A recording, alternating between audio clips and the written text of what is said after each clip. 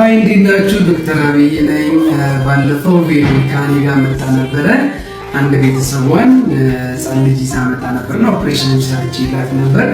ከዛ በኋላ ዛሬ አንድ ስጦታ ልካለኛለች። ስጦታውን ላሳያችኋለሁ። እንግዲህ እንደምታዩት በጣም የሚገርም ስጦታ ነው። እኔ በህይወቴ እንደዚህ አይነት ትልቅ አበባ አይቻላቅም። በጣም አመሰግነው። እግዚአብሔር ይስጥልኝ ቬሮኒካ፣ በጣም ነው የማመሰግነው። መልእክቱም ደግሞ እዚህ ጋር የጻፈችልኝ መልእክት አለ። እሱ ምን ይላል?